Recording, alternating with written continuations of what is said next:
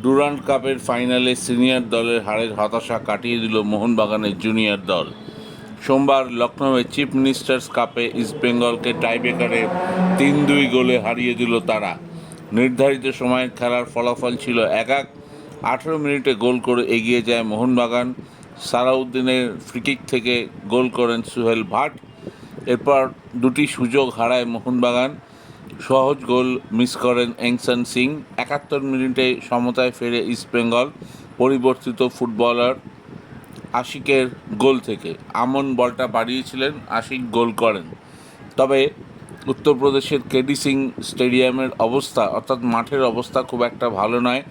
জায়গায় জায়গায় বড় বড় ঘাস ছিল, তারপর ফ্লাড লাইটও দু একবার নিভে যায়। তাই হয়তো ঝুঁকি নেয়নি কোনো ফুটবলার।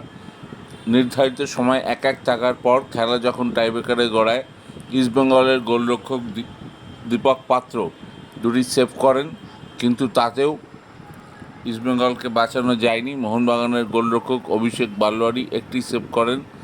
শেষ পর্যন্ত ৩-২ গোলে জিতে যায় মোহনবাগান। সব মিলিয়ে উত্তরপ্রদেশের মানুষ কলকাতা ডার্বি উপভোগ করেছেন এবং চিফ মিনিস্টার যোগী আদিত্যনাথ বড় ভাষণ দিয়েছেন। কল্যাণ চৌবে সবার হাতে পুরস্কার তুলে দেন।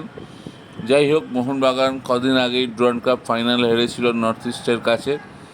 এই জয় তাদের কিছুটা হলেও আত্মবিশ্বাস বাড়াবে। মনবীর, কামিন্স, স্টুয়ার্টরা যেটা পারেননি সেটা জুনিয়র দল করে দেখালো লখনৌয়ে।